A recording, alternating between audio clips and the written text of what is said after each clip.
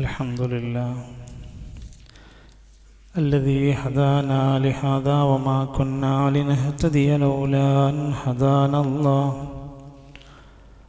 نحمده ونستعينه ونستغفره ونعوذ بالله من شرور أنفسنا ومن سيئات أعمالنا من يهده الله فلا مضل له ومن يضلل فلا هادي له وأشهد أن لا إله إلا الله وحده لا شريك له وأشهد أن محمدا عبده ورسوله أرسله بالهدى ودين الحق ليظهره على الدين كله ولو كره المشركون اللهم صل على محمد وعلى آل محمد كما صليت على إبراهيم وعلى آل إبراهيم إنك حميد مجيد اللهم بارك على محمد وعلى آل محمد كما باركت على إبراهيم وعلى آل إبراهيم إنك حميد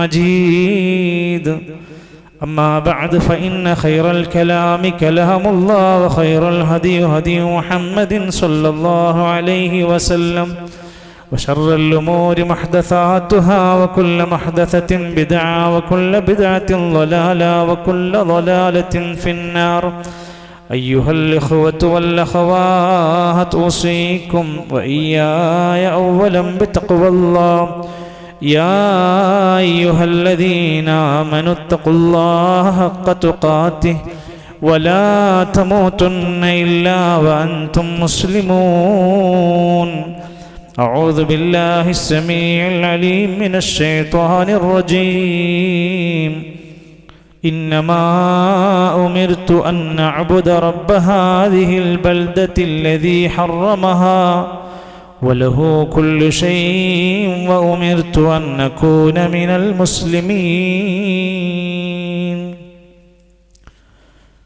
ബഹുമാന്യരായ സഹോദരങ്ങളെ, സത്യവിശ്വാസികളെ, നമ്മുടെ സൃഷ്ടാവും സംരക്ഷകനുമായ ലോകത്തെ മുഴുവൻ അടക്കി ഭരിക്കുന്ന റബ്ബുൽ ആലമീൻ എന്ന് വിശേഷിപ്പിക്കുന്ന അള്ളാഹുവിൻ്റെ എല്ലാവിധ അനുഗ്രഹങ്ങൾക്കും നന്ദി കാണിച്ചുകൊണ്ട് അവൻ്റെ ഇഷ്ടവും പൊരുത്തവും നേടിയെടുക്കുന്ന ജീവിതം കാഴ്ചവെച്ച് ഈ ദുനിയാവിൽ നിന്ന് വിട പറയുന്ന സമയത്ത് ഈമാനോടുകൂടെ വിട പറയാൻ നാം ഓരോരുത്തരും ആത്മാർത്ഥമായ ത്യാഗ പരിശ്രമങ്ങൾ ചെയ്യണമെന്ന് എന്നെ മറക്കാതെ നിങ്ങളെയും ഓർമ്മപ്പെടുത്തുകയാണ്, വസിയത്ത് ചെയ്യുകയാണ്. അള്ളാഹു നമ്മുടെ കർമ്മങ്ങൾ സ്വീകരിച്ചുകൊണ്ട് നമുക്കെല്ലാം സ്വർഗം നൽകി അനുഗ്രഹിക്കുമാറാകട്ടെ. കേരളത്തിൻ്റെ കാലാവസ്ഥയിൽ തൊട്ടു മുമ്പുണ്ടായിരുന്ന 10 ദിവസങ്ങൾക്ക് പുറത്ത് തണുത്ത അന്തരീക്ഷത്തിലേക്ക്, മഴ കാലാവസ്ഥയിലേക്ക് നമ്മൾ മാറിയിട്ടുണ്ട്. പലയിടത്തും നാശനഷ്ടങ്ങൾ സ്വാഭാവികമായി വരുന്നത് പോലെ തന്നെ മഴക്കെടുതികൾ ഉണ്ടായിട്ടുണ്ട്. 59ഓളം ക്യാമ്പുകളിൽ 1296ഓളം ആളുകൾ മാറി താമസിച്ച് വീട് വിട്ട് ഇറങ്ങിയിട്ടുണ്ട്. റോഡുകളും വഴികളിലും വീടുകളുടെ മേലെയുമൊക്കെ മരങ്ങളും മറ്റുമൊക്കെ പതിച്ച് അപകടങ്ങൾ നടന്നിട്ടുണ്ട്. ഒരു സന്ദർഭത്തിൽ, അല്ലെങ്കിൽ പ്രത്യേകിച്ചും ഇത്തരം ഒരു സന്ദർഭത്തിൽ, ഒരു വിശ്വാസി, ഒരു മുസ്ലിം, അവൻ കൃത്യമായി കൊണ്ട് അള്ളാഹുവിൻ്റെ നിയമങ്ങളെ അവിടെയും ഈ സന്ദർഭത്തിലും അറിയേണ്ടതുണ്ട്. മഴ പെയ്തുകൊണ്ടിരിക്കുമ്പോൾ അല്ലാഹുമ്മ സ്വയ്യിബൻ നാഫിഅ എന്ന് പ്രാർത്ഥിക്കേണ്ടവനാണ് അവൻ. മറ്റുള്ളവർക്ക് മഴയെക്കുറിച്ച് ഒരുപാട് പറയാനുണ്ടാകും. ഒരു മുഅ്മിനിന് പ്രാർത്ഥിക്കാനുണ്ട്. മഴ പെയ്തുകൊണ്ടിരിക്കുമ്പോൾ അല്ലാഹുമ്മ സ്വയ്യിബൻ നാഫിഅ, അല്ലാഹുവേ ഈ മഴ കൊണ്ട് ഉപകാരമുള്ള മഴയാക്കി നീ അനുഗ്രഹിച്ച് വർഷിപ്പിക്കണേ എന്നാണ് പ്രാർത്ഥിക്കുന്നത്. മഴ വീണ്ടും രൂക്ഷമായി നമ്മുടെ സുഖകരമായ ജീവിതത്തിന് തടസ്സമായി അധികമായി മാറുമ്പോഴും ഒരു വിശ്വാസി മഴയെ ശപിക്കുന്നതിനു പകരമായി അല്ലാഹുമ്മ ഹവാലൈന വലാ അലൈന എന്ന് പ്രാർത്ഥിക്കുന്നവനാണ്. അല്ലാഹുവേ ഞങ്ങൾക്ക് എതിരായി, ഞങ്ങൾക്ക് ഭാരമായി, പ്രയാസമായി ഈ മഴയെ നീ നൽകല്ലേ എന്നും ഞങ്ങളുടെ പരിസരങ്ങളിലേക്ക് ഈ വെള്ളത്തെ എത്തിച്ചു കൊടുക്കണേ എന്നും പ്രാർത്ഥിക്കുന്നവനാണ് വിശ്വാസി. ചിലപ്പോഴെല്ലാം മഴയുടെ കൂടെയുണ്ടാകുന്ന കാറ്റ് ഭീഷണിയായി മാറുമ്പോഴും മുഅ്മിൻ അതിൽ നിന്ന് ഖൈറിനെ ചോദിക്കുകയാണ്. അല്ലാഹുമ്മ ഇന്നി അസ്അലുക ഖൈറഹാ വഅഊദു ബിക മിൻ ശർരിഹാ.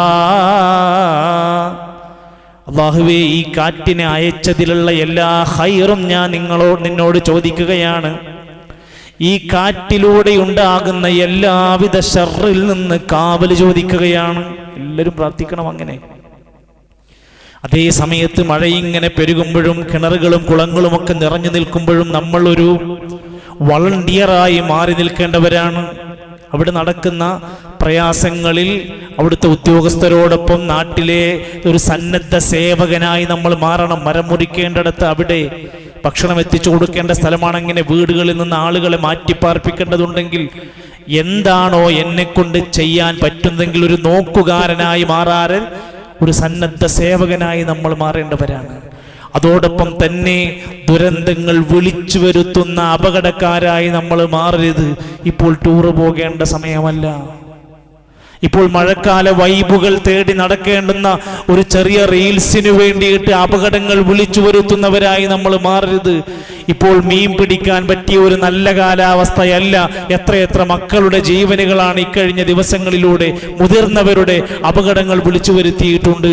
നമ്മൾ കൃത്യമായി കൊണ്ട് ഈ നിയമ സംവിധാനങ്ങളെ ഉപയോഗപ്പെടുത്തി അപകട സാധ്യതകളെ കണ്ട് മനസ്സിലാക്കി കൃത്യമായി കൊണ്ടുവേണം നമ്മൾ മുന്നോട്ട് പോകാൻ എന്നാണ് ഈ സന്ദർഭത്തിൽ ഓർമ്മപ്പെടുത്താനുള്ളത്. സാന്ദർഭികമായത് പറഞ്ഞുവെന്ന് മാത്രം.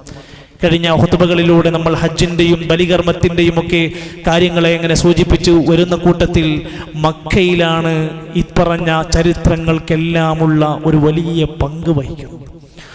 സ്വാഭാവികമായും ഒരുപാട് ആളുകൾക്ക് കേവലം ഒരു ഹജ്ജിന്റെ നാട് മാത്രമാണ് മക്കയെങ്കിൽ അല്ല.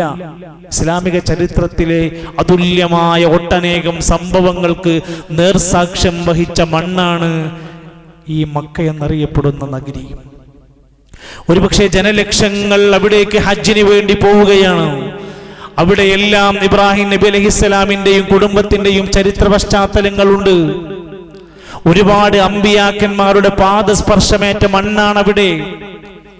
അവസാനം റസൂൽ കരീം സല്ലല്ലാഹു അലൈഹി വസല്ലമയുടെ നീണ്ട ജീവിത ചരിത്രത്തിന്റെ വഹീന്റെ നാടാണ് മക്ക. ഇതെല്ലാം നമ്മെ പഠിപ്പിക്കുമ്പോഴും ആലോചിച്ച് നോക്കൂ നിങ്ങൾ. ഈസാ നബി അലൈഹിസ്സലാത്തു വസ്സലാം ജനിക്കുന്നതിന്റെ 2000 വർഷങ്ങൾക്ക് മുമ്പ് ഖലീലുല്ലാഹി ഇബ്രാഹിം നബി അലൈഹിസ്സലാം ഇറാഖിലെ ബഗ്ദാദിലെ ബാബിലോണിലെ കൽദാൻ എന്നറിയപ്പെടുന്ന വംശത്തിൽ നിന്ന് മക്കയിലേക്ക് വരേണ്ടുന്നൊരു സാഹചര്യം ഉണ്ടായിരുന്നു. തന്റെ കുടുംബത്തെയും കൂട്ടി ഫലസ്തീന് വഴി ഇവിടേക്ക് മക്കയിലേക്ക് എത്തിപ്പെട്ട ഒരു ചരിത്രം ഇസ്ലാമിക ഗ്രന്ഥങ്ങൾ വിശദീകരിക്കുന്നുണ്ട്.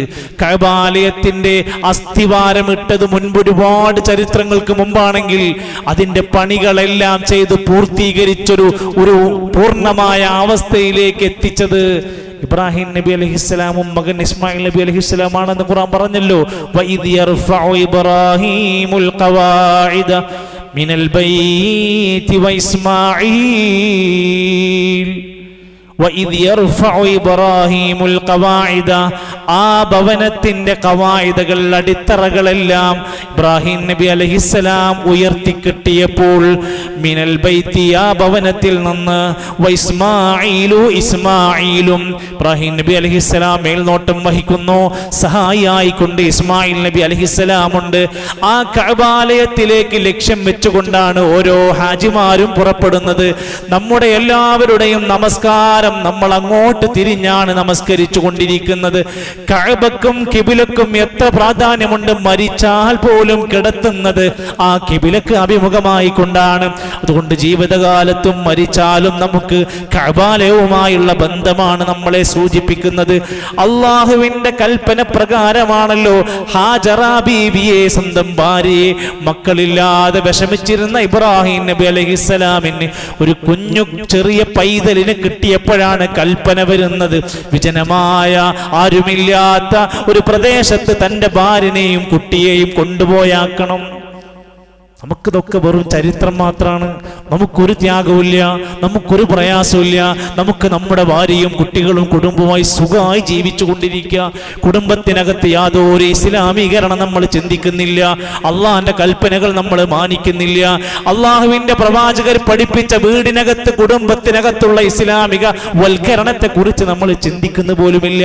സ്വന്തം ഭാര്യയെയും മകനെയും കൊണ്ടുപോയി ആളില്ലാത്ത ഒഴിഞ്ഞ സ്ഥലത്ത് താമസിപ്പിക്കണമെന്നാണ് അള്ളാന്റെ കൽപ്പന. വിടാൻ കഴിയില്ല. ആ തീരുമാനത്തിന്റെ മുമ്പിൽ ഹാജറ ബീവിക്കൊന്നും മനസ്സിലാവുന്നില്ല. അവർ തിരിഞ്ഞു നടക്കുമ്പോ ഇബ്രാഹിം നബി അലൈഹിസ്സലാം അവിടുന്ന് തിരിച്ചു നടക്കാൻ തുടങ്ങി. ഏൽപ്പിച്ച ഭാഗത്ത് കൊണ്ടുപോയാക്കി തിരിച്ചു നടക്കാൻ തുടങ്ങി. ആ സമയത്ത് ഹാജറ ബീവി ചോദിക്കുകയാണ്, അല്ലയോ മനുഷ്യ, നിങ്ങൾ എങ്ങോട്ടാ തിരിഞ്ഞു നടക്കുന്നത്? ഞങ്ങളെയെല്ലാം ഇവിടെയാക്കിയിട്ട് ഒന്നും മിണ്ടുന്നില്ല, പ്രതികരണം ഒന്നുമില്ല. പിന്നെയും നടന്നു നീങ്ങുന്ന സമയത്ത് ചോദിച്ചു, ഈ നടത്തത്തിന്റെ പിന്നിൽ അല്ലാഹു അമറക ബിഹാദാ, ഇത് നിങ്ങളോട് അല്ല കൽപ്പിച്ചിട്ടാണോ ഈ കാര്യം ചെയ്യുന്നത്? നമ്മൾ ചിന്തിക്കുക, ഈ ഒരു പ്രയോഗം, ഇങ്ങനെ ഒരു ഭാര്യ നമ്മുടെ വീട്ടിലുണ്ടെങ്കിലും നിങ്ങൾ ഈ കാര്യമൊക്കെ ചെയ്യുന്നത് ഇസ്ലാം പറഞ്ഞത് കൊണ്ടാണോ? എങ്കിൽ ഞാൻ അംഗീകരിക്കുന്നു. നിങ്ങൾ ഈ ചെയ്യുന്ന സുന്നത്തുകളൊക്കെ ഇസ്ലാമിലുള്ളതാണോ? എങ്കിൽ ഞാൻ അംഗീകരിക്കുന്നു എന്ന് പറയുന്ന അവസ്ഥ. അല്ല പറഞ്ഞിട്ടാണോ നിങ്ങൾ ഇത് ചെയ്യുന്നത് എന്ന് പറഞ്ഞപ്പോ ഇബ്രാഹിം നബി അലൈഹിസ്സലാം ഒരു തലയനക്കം മാത്രം. അതേന്നുള്ള മറുപടി. അപ്പോൾ ഭാര്യന്റെ മറുപടി എന്താ? നിങ്ങൾക്കല്ലെങ്കിലും അള്ളയാണല്ലോ വലുത്, ഞങ്ങളെ ഒന്നും നോക്കണില്ലല്ലോ, ഞങ്ങളെ ഒന്നും ഒരു വിലയില്ലല്ലോ എന്ന് പറഞ്ഞില്ല. മറുപടി, വല്ലാഹി ഇദല്ലയുളയ്യിഅനാ അബദാ, എങ്കിൽ നിങ്ങൾക്ക് പോകാം, അല്ലാഹു ഞങ്ങളെ ഒരിക്കലും കൈവിടൂല. അല്ല ഞങ്ങളെ ഒരിക്കലും കൈവിടൂല, നിങ്ങൾക്ക് പോകാം, ഞങ്ങൾക്കൊരു ധൈര്യമുണ്ട്. പടച്ച റബ്ബിലുള്ള തവക്കുലിന്റെ മഹിതമായ സന്ദേശം പഠിപ്പിക്കുകയാണ് ഹാജറ ബീവി. നമ്മുടെ മുഴുവൻ സഹോദരിമാർക്കും ജീവിതത്തിൽ പാഠമാകാൻ മാത്രമുള്ള നിരവധി അനവധി സംഭവങ്ങളുടെ മാതൃകയാണ് ഹാജറ ബീവിന്റെ ചരിത്രം. അതൊരു പാട്ടിലൂടെ, ഒരു വരിയിലൂടെ, ഈണത്തിലൂടെ പാടിപ്പോയാൽ തീരുന്ന ഒന്നല്ല. ഇസ്ലാമിക ചരിത്രത്തിൽ കാണാൻ സാധിക്കും, അവിടെ വെച്ചുകൊണ്ട് ഇബ്രാഹിം നബി തിരിച്ചു നടന്ന് വീണ്ടും സനിയ എന്നറിയപ്പെടുന്ന ഒരു പ്രദേശമുണ്ട്. നടക്കാൻ പോലും പ്രയാസമുള്ള ഏരിയ. സനിയയിലൂടെ അങ്ങനെ നടന്നിങ്ങനെ തിരിഞ്ഞങ്ങ് കാണാമറയത്ത് പോയപ്പോ അവിടെ വെച്ചുകൊണ്ട് ഇബ്രാഹിം നബി അലൈഹിസ്സലാം കഅബന്റെ നേർക്ക് തിരിഞ്ഞു. എവിടുന്ന് എവിടേക്ക് പോയാലും തിരിയുന്നത് കഅബയുടെ നേർക്ക്. എന്നിട്ട് അവിടെ വെച്ചുകൊണ്ട് പ്രാർത്ഥിച്ചു, റബ്ബനാ ഇന്നി അസ്കൻതു മിൻ ദുർരിയതി ബിവാദിൻ ഗൈരി ദീ സർഇൻ ഇൻദ ബൈതികൽ മുഹറം. നോക്കൂ നിങ്ങൾ, റബ്ബേ ഞങ്ങളുടെ രക്ഷിതാവേ, ഞാനിതാ എൻ്റെ സന്താനങ്ങളെ ഇവിടെ താമസിപ്പിച്ചിട്ടുണ്ട്. പറഞ്ഞ പോലെ ഏതാ സ്ഥലം? ബിവാദിൻ, ഒരു താഴ്വരയിലാണ്. എന്താ താഴ്വരന്റെ പ്രത്യേകത? ഗൈരി ദീ സർഇൻ, ഒരു പുൽനാമ്പ് മുളക്കാത്ത സ്ഥലമാണ്. ഒരു ചെടി കുറ്റി പൊന്തിയിട്ടില്ല, മനുഷ്യരില്ല, മൃഗങ്ങളില്ല, വെള്ളമില്ല. കുടിക്കാൻ കൊണ്ടുവന്നിരുന്ന ഒരു പാനപാത്രമുണ്ടായിരുന്നു അവരുടെ കയ്യിൽ എന്നാ പറയുന്നത്. ഒരു പാത്രത്തിൽ കുറച്ച് വെള്ളം ഉണ്ടായിരുന്നു ആദ്യം. അതുകൊണ്ടാണ് അവർ വന്നിരിക്കുന്നത്. ഇൻദ ബൈതികൽ മുഹറം, പരിശുദ്ധമാക്കപ്പെട്ട നിന്റെ ഭവനത്തിന്റെ അടുത്തായി ഞാനിതാ എൻ്റെ സന്താനങ്ങളെ ഇവിടെ ഏൽപ്പിച്ചിട്ടുണ്ട് റബ്ബേ. എന്നിട്ട് കഅബയിലേക്ക് തിരിഞ്ഞ് പ്രാർത്ഥിക്കുകയാണ്, റബ്ബനാ ലിയുഖീമുസ്സലാ, പടച്ചവനെ ഞങ്ങളുടെ സന്താനങ്ങളെ നമസ്കാരം നിലനിർത്തുന്നവരാക്കി മാറ്റണേ. ആ പ്രാർത്ഥനയ്ക്ക് ഉത്തരം കിട്ടിയില്ലേ? ഇസ്മായിലും ഇസ്ഹാക്കും രണ്ടു പ്രവാചകന്മാരായി നമസ്കാരത്തിൽ കണിശതയുള്ളവരും പഠിപ്പിക്കുന്നവരായി മാറിയില്ലേ? ഫജ്അൽ അഫ്ഇദതൻ മിനന്നാസി തഹ്വീ ഇലൈഹിം, ജനങ്ങളുടെ മനസ്സ് അവരിലേക്ക് നീ മാറ്റണേ അല്ലാഹ്. വർസുഖ്ഹും മിനസ് സമറാത്ത്, അവർക്ക് ധാരാളം ഫലവർഗങ്ങൾ നൽകണം അല്ലാഹ്. അവിടെ ചെടില്ല, മരല്ല, വെള്ളല്ല, നിനക്ക് കഴിവുണ്ട് റബ്ബേ. നീ അവർക്ക് റിസ്ക് കൊടുക്കണേ, സമറാത്ത് കൊടുക്കണേ, പഴങ്ങൾ കൊടുക്കണേ. ഏത് പ്രാർത്ഥന സ്വീകരിക്കാത്തത്?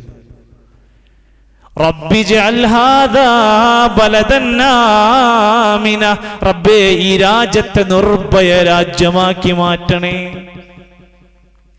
അവിടെ പല വർഗങ്ങളില്ലേ, ലോകത്തുള്ള ഏത് സാധനം വേണമെങ്കിലും മക്കയിൽ നിന്ന് അവൈലബിൾ ആണ്. ഒരു ഫ്രൂട്ടും ഇല്ലാതിരുന്നൊരു പ്രദേശത്തേക്ക് എങ്ങനെയാണ് ഇത്രയും വെജിറ്റബിൾസും ഫ്രൂട്ട്സും ഒക്കെ എങ്ങനെയാണ് എത്തിപ്പെട്ടത്? അന്നത്തെ ഒരു പ്രാർത്ഥന. ഏത് രാത്രിയും ഏത് പകലും പുറത്തിറങ്ങി ആണിനും പെണ്ണിനും കുട്ടിക്കും ഇറങ്ങി നടക്കാൻ പറ്റുന്ന നിർഭയത്വ രാജ്യം ഇന്ന് എവിടെയാണുള്ളത്? ഇബ്രാഹിം നബി അലൈഹി ഇസ്ലാമിന്റെ പ്രാർത്ഥന എങ്ങനെയാ സ്വീകരിച്ചത്? ഇബ്രാഹിം നബി അതിന് യോഗ്യനായിരുന്നു. എന്ന് നമ്മളൊന്നും പ്രാർത്ഥിച്ചിട്ടാണ് ഏശാത്തത്. നമ്മുടെ പ്രാർത്ഥനയ്ക്ക് ചില പോരായ്മകളുണ്ട്. ഇബ്രാഹിം നബി അലൈഹിസ്സലാമിനോട് എന്തൊരു കാര്യം അല്ല പറഞ്ഞാലും അനുസരിക്കുമായിരുന്നു. ഇന്നി അസ്ലംതു ലിറബ്ബിൽ ആലമീൻ, എന്ത് പറഞ്ഞാലും അനുസരിച്ചു കൊടുക്കും. നമുക്ക് തർക്കമില്ല. നമ്മളെ ശരീരത്തിനെ വല്ലാതെ ബാധിക്കണില്ലെങ്കിൽ നമ്മൾ ഓക്കെയാണ്. നമ്മുടെ ശരീരത്തിനോ നമ്മുടെ കുറച്ച് പണം പോണ കേസൊക്കെ ആണെങ്കിൽ ഒന്ന് ബാക്കിലേക്ക് ഒളിഞ്ഞു മാറി നിൽക്കും നമ്മൾ. ഇബ്രാഹിം നബി അലൈഹിസ്സലാമിനോട് എന്തൊരു ബാധ്യതയായി കടമ പറഞ്ഞാലും അതെല്ലാം പൂർത്തിയാക്കുമായിരുന്നു. ഇബ്രാഹിം അല്ലദീ വഫാ, ഏൽപ്പിച്ച ബാധ്യതകൾ കടമകളെല്ലാം പൂർത്തിയാക്കുമായിരുന്നു. ഇബ്രാഹിം ഖലീല, അള്ളാഹ്ക്ക് ഭയങ്കരമായ ആ വിശ്വാസത്തെ, ആ തവക്കുലിനെ അള്ളാഹ്ക്ക് ഇഷ്ടപ്പെട്ട് നല്ലൊരു ചങ്ങാതിയാക്കി സ്വീകരിച്ചിട്ടുണ്ട്. നമുക്ക് അറിയാവുന്ന കാര്യങ്ങളാ. അതുകൊണ്ട് ഇബ്രാഹിം നബി അലൈഹിസ്സലാമിന്റെ ആ ചരിത്രത്തിന്റെ ആ പ്രാർത്ഥനയുടെ ഭാഗം നമ്മളൊന്ന് വായിച്ചു നോക്കുക. ഹജറ ബീവിയുടെ ചരിത്രത്തിൽ ഈ പാനപാത്രത്തിൽ ഉണ്ടായിരുന്ന വെള്ളം കഴിഞ്ഞുപോയി. ഒരു ഉമ്മാക്ക് ഏറ്റവും സഹിക്കാൻ പറ്റാത്തത് തൻ്റെ കുഞ്ഞിന്റെ കരച്ചിലാണ്. ഇസ്മായിലിനെ കിടത്തിയിരുന്ന പ്രദേശത്ത് നിന്ന് വെറുമൊരു കരച്ചിൽ മാത്രമാണ്. ഒരു രക്ഷയും കാണുന്നില്ല. കുടിക്കാൻ വെള്ളമില്ല, സഹായിക്കാൻ ഒരു മനുഷ്യനില്ല. 4 വശത്തുകൂടെയും ഇറങ്ങി അങ്ങോട്ടും ഇങ്ങോട്ടും ഓടുകയാണ്. ഒരു കിതച്ചോടുകയാണ്. എന്തിനു വേണ്ടി? തൻ്റെ കുഞ്ഞിനൊരു തുള്ളി വെള്ളം കിട്ടണം, തൻ്റെ കുഞ്ഞിന്റെ കരച്ചിലൊന്ന് മാറ്റിക്കിട്ടണം. അവിടെയാണ് മലക്കിന്റെ ചിറകിട്ടടിച്ചിരിക്കുന്ന ആ ഭാഗത്ത് സംസമിന്റെ ഉറവ പൊട്ടിപ്പുറപ്പെടുന്നത്. ഇന്ന് ലോകത്ത് ഇസ്ലാമിനെ ചോദ്യം ചെയ്യുന്ന എല്ലാ മനുഷ്യരോടും നിങ്ങൾക്ക് ആത്മധൈര്യത്തോടെ ചോദിക്കാം, നിങ്ങൾക്ക് സംസമിനെ കുറിച്ച് എന്ത് പറയാനുണ്ട്? അത് കേവലൊരു വെള്ളാണോ? അതെന്തുകൊണ്ടാ വറ്റാത്തത്? എത്ര വർഷങ്ങൾ അത് കഴിഞ്ഞു? ഇസ്ലാമിക ഗ്രന്ഥങ്ങൾ ഇത് സാക്ഷ്യപ്പെടുത്തുന്നു. നിങ്ങൾക്ക് എന്ത് പറയാനുണ്ട്? അല്ലാഹുവിന്റെ പ്രവാചകൻ നബി കരീം സല്ലല്ലാഹു അലൈഹി വസല്ലമ തങ്ങൾ ആ സംസമുമായി ബന്ധപ്പെട്ട എന്തെല്ലാം പ്രത്യേകത വിശദീകരിച്ചു തന്നു. ഒരു കാലഘട്ടം മുഴുവൻ ആ വെള്ളത്തിലേക്ക് ജനങ്ങൾ ആശ്രയിച്ച് കയറി വരാൻ തുടങ്ങി. പിന്നീട് കുറെ കാലങ്ങൾ കഴിഞ്ഞപ്പോൾ ആളുകളൊക്കെ വരാതെ ആയപ്പോൾ അതിനെ പതിയെ പതിയെ തൂർന്നതുപോലെ അതിനെ ഉപയോഗിക്കാൻ പറ്റാതെ മൂടിക്കിടന്നു കുറെ കാലം.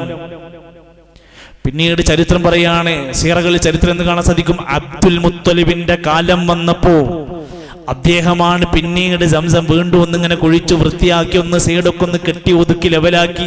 അവർക്ക് കേവലം ഒരു വെള്ളം എന്ന നിലക്ക് അവർ അതിനെ തർത്തീബാക്കാൻ ശ്രമിച്ചു. പക്ഷേ റസൂൽ സല്ലല്ലാഹു അലൈഹി വസല്ലമക്ക് വഹി വരാൻ തുടങ്ങിയ നിമിഷം മുതൽ അതൊരു വെള്ളം മാത്രമല്ല, ഖൈറു മാഇൻ അലാ വജ്ഹിൽ അർളി മാഉ സംസം,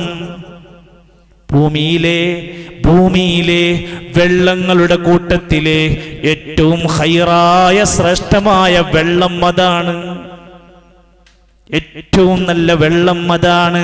ഫീഹി തുആമും മിനത് തുഅമി, കഴിക്കേണ്ടവർക്ക് ഭക്ഷണമായിട്ട് വേണമെങ്കിൽ അത് മതി.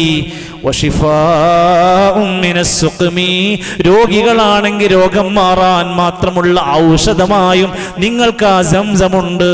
അതിന് സവിശേഷതയില്ല, അതിന് പോരിശയില്ല, അതിന് പ്രത്യേകതയില്ല എന്ന് ആരെങ്കിലും പറയുന്നുവെങ്കിൽ അവർ 100 കണക്കിന് ഹദീസുകളെ തള്ളി മാറ്റേണ്ടി വരും. വരും.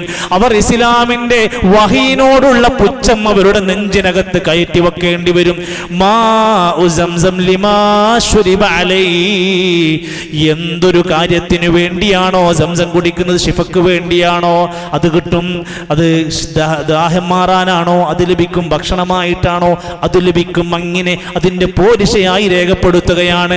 ആ കിണറിൽ നിന്ന് ഒരു സെക്കൻഡിൽ 18.5 ലക്ഷം ലിറ്റർ വെള്ളമാണ് ഡെയിലി ഉപയോഗിച്ചു കൊണ്ടിരിക്കുന്നത്. എന്നിട്ട് നിങ്ങൾ പറയാണ് ഇസ്ലാമിന് ദൈവികതയില്ല, ഇസ്ലാം എന്ന ഒരു മതത്തിന് സവിശേഷതയില്ല എന്ന് എങ്ങനെ പറയാൻ സാധിക്കും? മക്കയിൽ നിന്നപ്പുറത്ത് 450 കിലോമീറ്റർ അപ്പുറത്ത് മദീന പള്ളിയിലേക്ക് ഒരു ദിവസം 120 ടണ്ണാണ് സംസം അടിച്ചു കൊണ്ടുപോയി കൊണ്ടിരിക്കുന്നത്.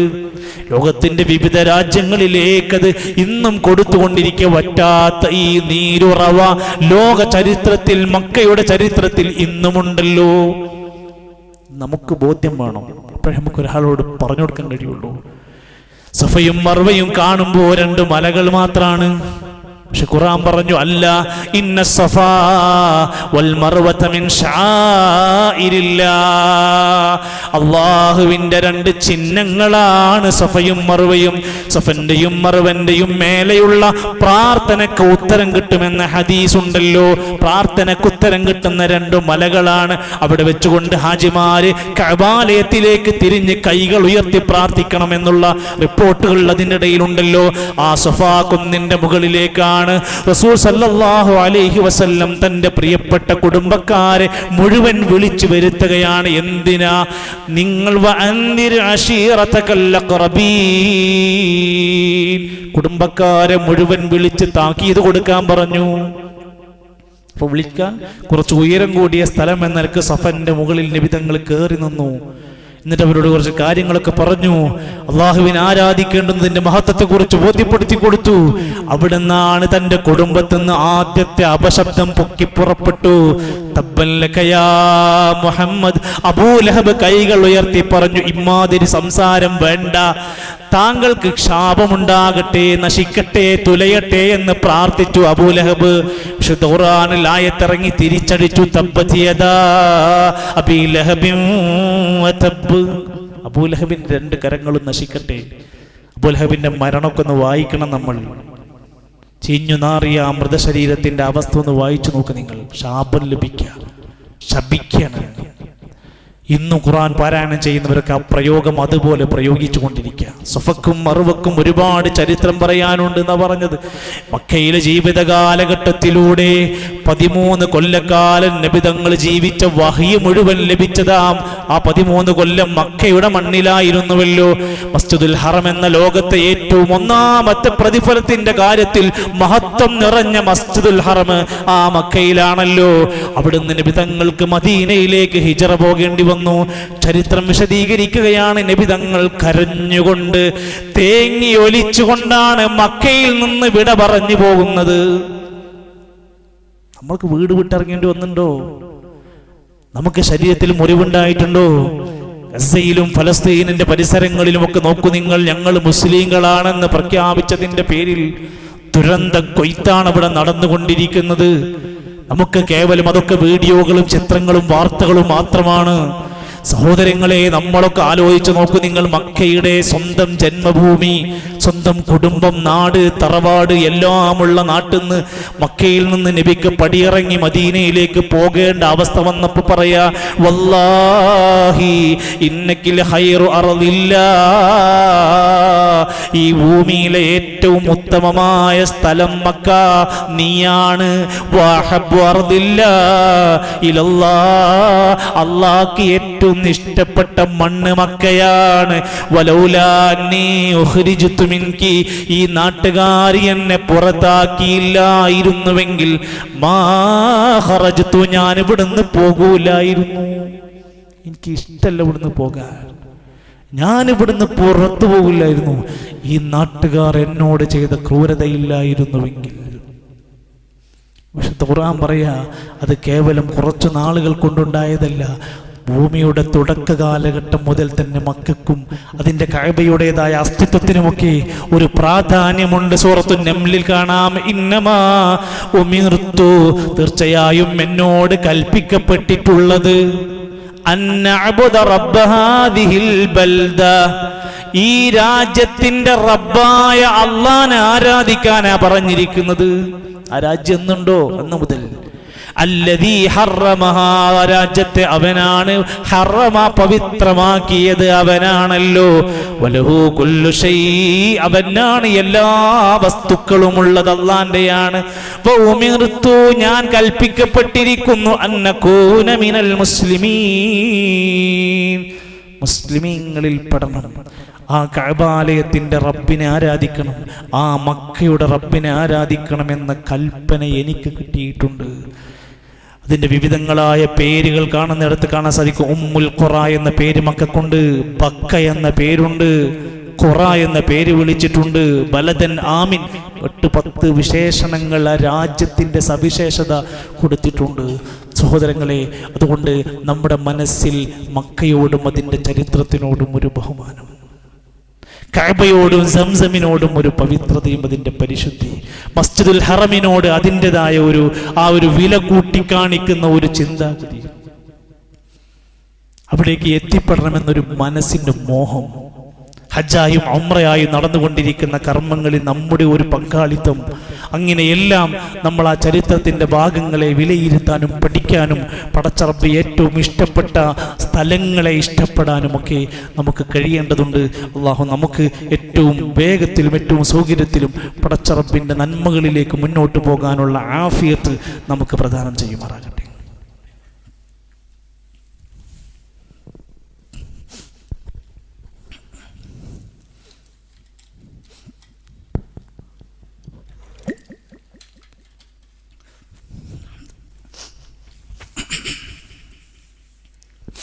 അൽഹംദുലില്ലാഹി റബ്ബിൽ ആലമീൻ വൽ ആഖിബത്തു ലിൽ മുത്തഖീൻ വലാ ഉദ്വാന ഇല്ലാ അലൽ ളാലിമീൻ വസ്സലാത്തു വസ്സലാമു അലാ റസൂലിഹിൽ അമീൻ വഅലാ ആലിഹി വസഹ്ബിഹി അജ്മഈൻ.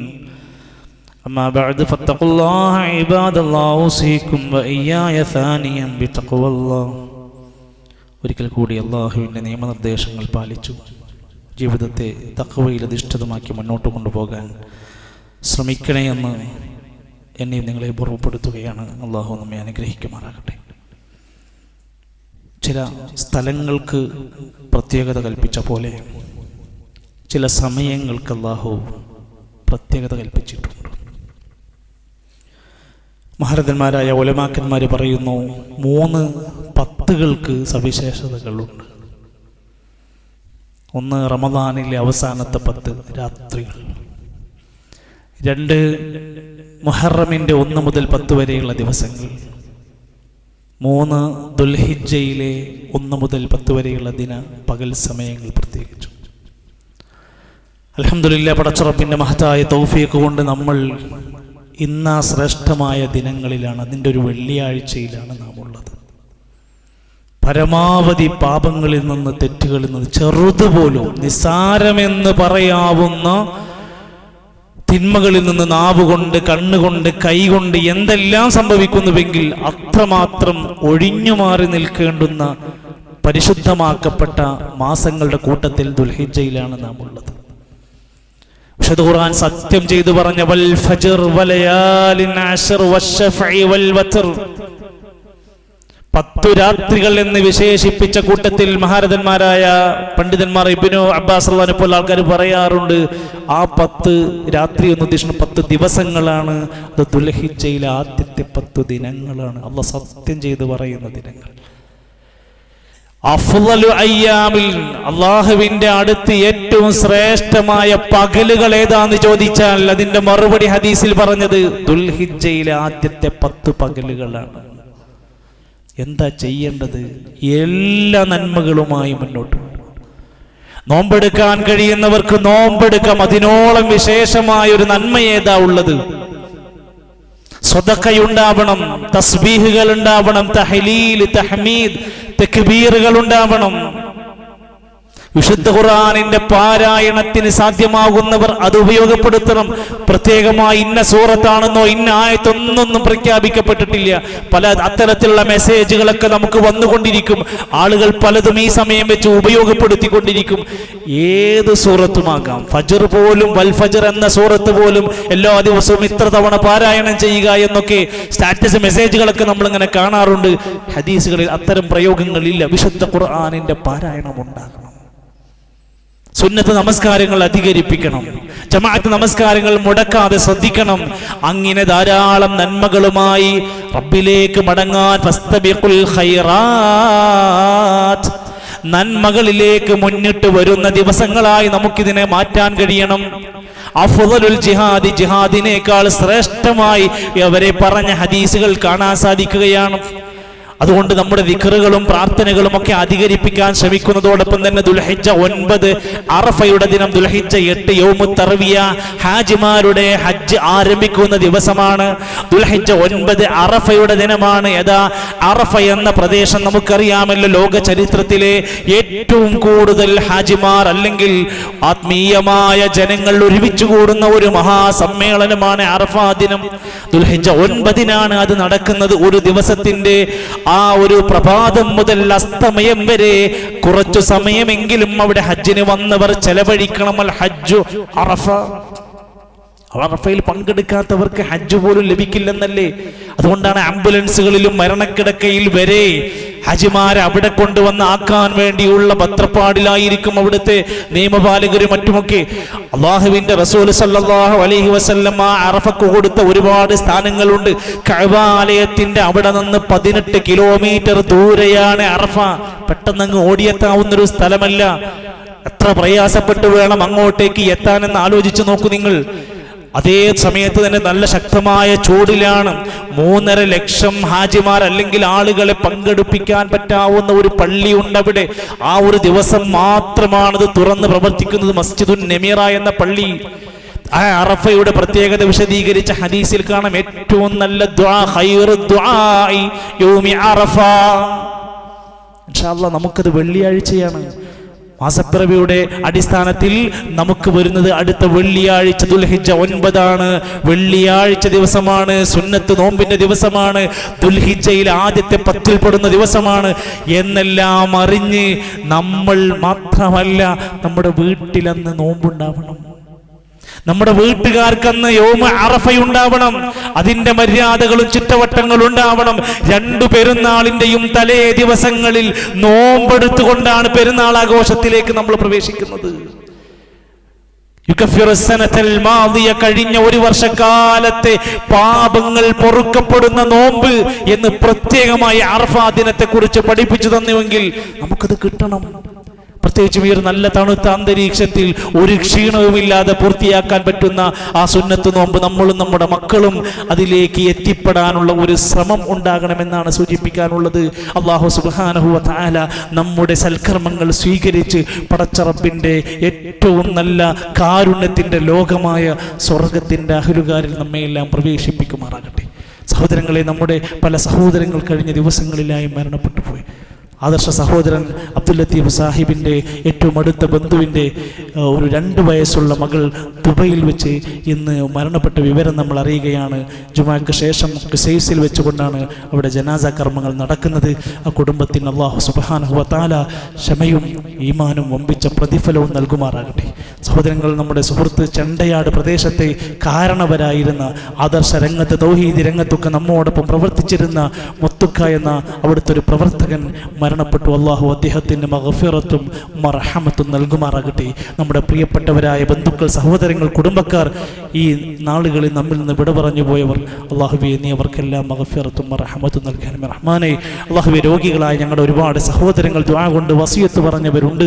എല്ലാവർക്കും പൂർണ്ണമായ ശിഫ നൽകണം നൽകണേ റഹ്മാനെ. അല്ലാഹുവേ, മഴയുടെ കെടുതികളും അതിൻ്റെ പ്രത്യാഘാതങ്ങളും അനുഭവിച്ചു കൊണ്ടിരിക്കുന്ന ഒട്ടനേക മനുഷ്യരുണ്ട് റബ്ബേ. നീ അവർക്ക് ആശ്വാസമാകണമേ. മഴയുടെ ആധിക്യത്തിലും കെടുതികളിൽ നിന്നും ഞങ്ങളെ എല്ലാം നീ കാത്ത് രക്ഷിക്കണേ റഹ്മാനെ. രോഗങ്ങൾ പലതരത്തിൽ വ്യാപിച്ചു കൊണ്ടിരിക്കുകയാണ്, പല നിലക്കുമുള്ള വർധനവ് രേഖപ്പെടുത്തപ്പെട്ടുകൊണ്ടിരിക്കുകയാണ്. പടച്ച റബ്ബേ, എല്ലാവിധ ശർറുകളിൽ നിന്ന് ഞങ്ങൾക്ക് നീ സുരക്ഷ നൽകണേ റഹ്മാനെ. അല്ലാഹുവേ, ഞങ്ങളുടെ മക്കൾ വിദ്യാലയങ്ങളുടെ മുറ്റത്തേക്ക് ഇറങ്ങാനിരിക്കുകയാണ്. ഞങ്ങളുടെ മക്കൾ പഠിക്കാൻ വേണ്ടിയുള്ള പുതിയൊരു വർഷത്തിലേക്ക് പ്രവേശിക്കാനിരിക്കുക. എല്ലാവിധ അപകട പ്രതിസന്ധികളിൽ നിന്ന് ഞങ്ങളെയും ഞങ്ങളുടെ കുടുംബത്തെയും നീ കാത്തുരക്ഷിക്കണം റഹ്മാനെ. അല്ലാഹുവേ, ഞങ്ങളുടെ പ്രിയപ്പെട്ടവർക്കെല്ലാം, പ്രവാസ ജീവിതം അനുഭവിക്കുന്നവർക്കെല്ലാം അവരുടെ ജോലിയിലും ജീവിത വരുമാനങ്ങളിലും ഖൈറും ബറക്കത്തും പ്രദാനം ചെയ്യണമേ. അല്ലാഹുവേ, ഞങ്ങളെ ഈമാനോടുകൂടെ നീ മരിപ്പിക്കണം റഹ്മാനെ. അല്ലാഹുവേ, ഫലസ്തീനിൻ്റെ മണ്ണിലെ കഷ്ടപ്പെടുന്ന ദുരിതം അനുഭവിക്കുന്ന ഒരുപാട് മനുഷ്യർ പടച്ച റബ്ബേ, നീ അവർക്ക് ആശ്വാസമാകണേ, വിജയം നൽകണേ റഹ്മാനെ.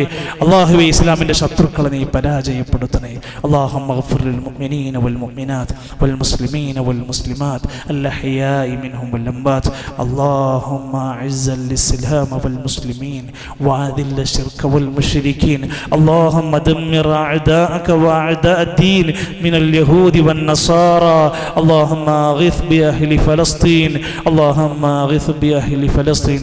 اللهم يا مقلب القلوب ثبت قلوبنا على دينك. اللهم توفنا مسلمين وألحقنا بالصالحين. ربنا تقبل منا إنك أنت السميع العليم وتب علينا إنك أنت التواب الرحيم. وصلى الله على نبينا محمد والحمد لله رب العالمين.